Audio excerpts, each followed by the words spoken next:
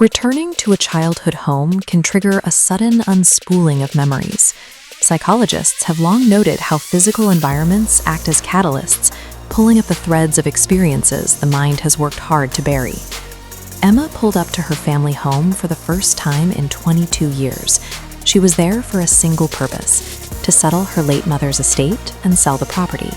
She was certain the house was just an empty structure, devoid of influence over her life. As she reached for the handle, the front door creaked and swung inward before she could touch it. Emma stood on the porch, staring into the dark hallway. She told herself it was a faulty latch, a simple draft in an old building, a quick rationalization to ignore the immediate coldness in her chest. Inside, a framed photo of Emma as a child hung on the wall. Scratched deeply into the plaster directly beneath the frame were 6 words: "You promised you wouldn't forget." Emma's pulse spiked. She had no memory of the inscription, yet her hands began to shake. Her body was reacting to a threat her conscious mind couldn't yet name, a subconscious recognition of a truth she had spent 2 decades ignoring. Even the most sophisticated mental defenses struggle against physical space.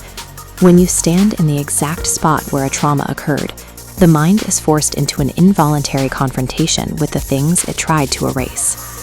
Emma walked upstairs to her old bedroom, a space that had remained untouched for 20 years.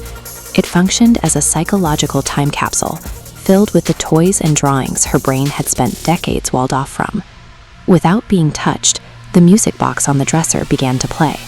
The melody was slow and familiar, cutting through the silence of the room. The sound triggered a violent flash of a memory. A dark hallway, a small girl crying in the shadows. Emma remembered standing there, looking at her, and whispering for her to be quiet. In moments of extreme distress, the brain can deploy a survival mechanism known as dissociative amnesia. It protects the host by systematically blocking out the memory of a person or event that is too painful to process. As the melody continued, the specific details returned. Emma realized she hadn't just forgotten a day or an event, she had forgotten an entire person. She once had a younger sister named Lily.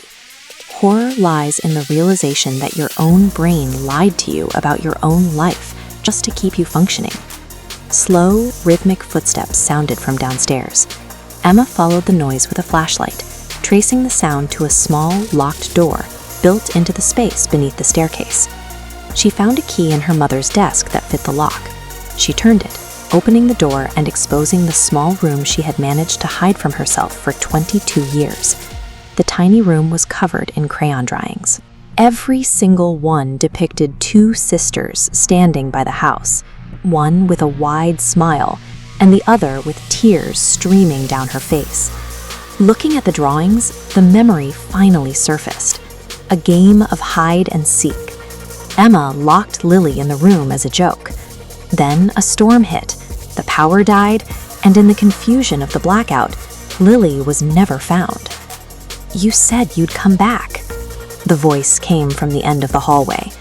Emma turned to see a small girl in a red dress, the physical manifestation of the event she had finally stopped hiding from. Once a repressed memory surfaces, it stays. It becomes an undeniable reality that pulls every door shut, refusing to let you look away. Emma ran. She threw herself against the front door until it gave way, fleeing the house in a final attempt to reject what she had just seen. When she returned the next day with the police, the house was different. It had been renovated years ago. There was no room under the stairs, no drawings, no record of a sister named Lily ever existing in that home. Emma tried to tell herself it was a stress-induced hallucination. Her mind grasped for any logical explanation to restore a sense of balance. But on her car's windshield, she found a photograph. It showed Emma as an adult, standing in front of the house. Beside her stood the girl in the red dress. On the back were 5 words: "Thank you for remembering me." Emma never went back to that house, but the distance didn't matter. Every night at 12:03 a.m., 3 knocks sound on her bedroom door. We cannot outrun our own histories.